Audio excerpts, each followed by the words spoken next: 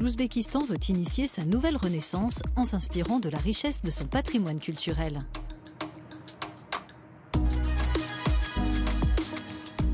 Une série de conférences et d'expositions thématiques organisées sur une semaine à Tachkent a rassemblé, selon les organisateurs, plus d'1 millier de participants de 60 pays. La Société mondiale pour l'étude, la préservation et la popularisation de l'héritage culturel de l'Ouzbékistan a co-organisé l'événement. Avec l'ouverture du pays sur le monde, une communauté de scientifiques de différents pays s'est formée, ce qui montre qu'il existe un vif intérêt pour l'exploration du patrimoine culturel de l'Ouzbékistan.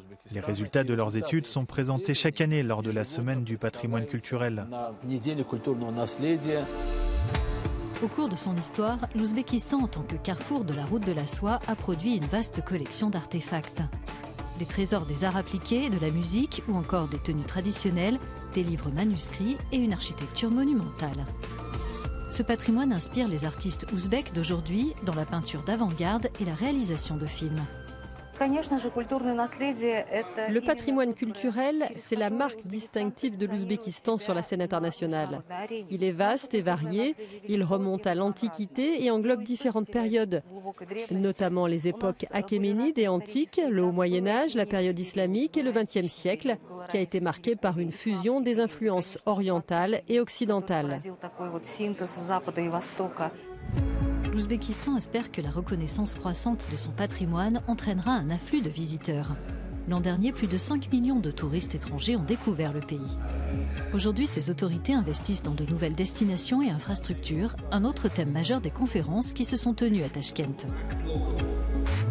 Cela aura un impact, cela créera de nombreux sites à voir et si l'Ouzbékistan continue ainsi en matière de tourisme, je suis sûr à 100% qu'atteindre les 20 millions de touristes, ce n'est pas un rêve, cela peut devenir une réalité.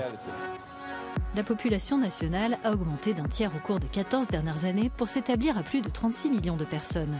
Avec la hausse du nombre d'enfants dans le pays, les participants à la conférence ont souligné la nécessité de construire de nouvelles écoles et de mettre en place des programmes éducatifs répondant aux normes internationales.